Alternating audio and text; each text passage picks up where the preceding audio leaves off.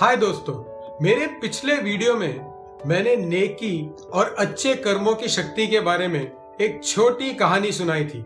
आज मैं आपको आस्था की शक्ति के बारे में एक छोटी कहानी सुनाऊंगा। शायद आप लोगों ने ये कहानी अपने बड़ों से बचपन में सुनी हो, लेकिन इसे फिर सुनने से हमारे मन में विश्वास और भी दृढ़ हो जाता है। एक आदमी गांव में रहता था जो नदी के तट पर स्थित था। ये कहानी उन दिनों की बात है जब जिंदगी बहुत ही सीधी और सरल थी। उस वक्त स्पीड बोट या बड़े जहाज नहीं हुआ करते थे।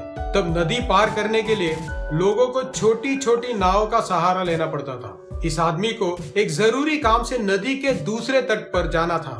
उसके नाव में एक छेद होने के कारण वो अपना नाव इस्तेमाल नहीं कर सकता था और उसके मित्रों के नाव भी किसी न किसी कार्य से व्यस्त थे। तभी नदी में एक बाढ़ भी आया था। वो आदमी धर्म संकट में पड़ गया क्योंकि उसका नदी के दूसरे पार जाना बहुत ही महत्वपूर्ण था। तब उसने देखा कि एक बड़े ज्ञानी साधु बाबा गांव में आए थे। उसने अपनी दुविधा साधु महाराज को बताई। उस साधु ने उसकी समस्या सुनी और उससे कहा कि मैं एक अति शक्तिशाली मंत्र एक कागज में लिख कर देता हूँ।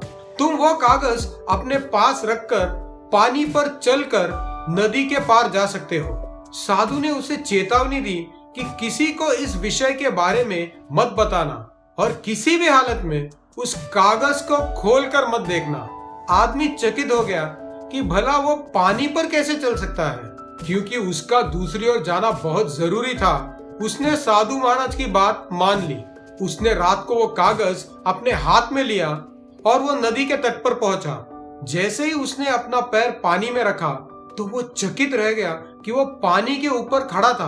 बहुत खुशी से वो जल्दी पानी के ऊपर अपनी मंजिल की ओर निकल पड़ा। थोड़ी दूर जाने के बाद उसके मन में जिज्ञासा हुई कि ये क्या शक्तिशाली मंत्र है जिसके सहारे मेरे जैसे साधारण पुरुष पानी पर चल सकता है। साधु के मना करने के बावजूद उसने वो कागज खोलकर देखा। उसने देखा कि उस कागज पर केवल राम लिखा हुआ था। तब उसके मन में शंका हुई कि क्या केवल राम के नाम में इतनी शक्ति है कि मैं पानी पर चल सकता हूँ। जैसे ही ये ख्याल उसके मन में आया वो पानी में डूब गया। तो कहने का मतलब ये है दोस्तों कि हमारी आस्था और विश्वास बहुत शक्तिशाली है और इसे किसी भी हाल में डगमगाने नहीं देना चाहिए।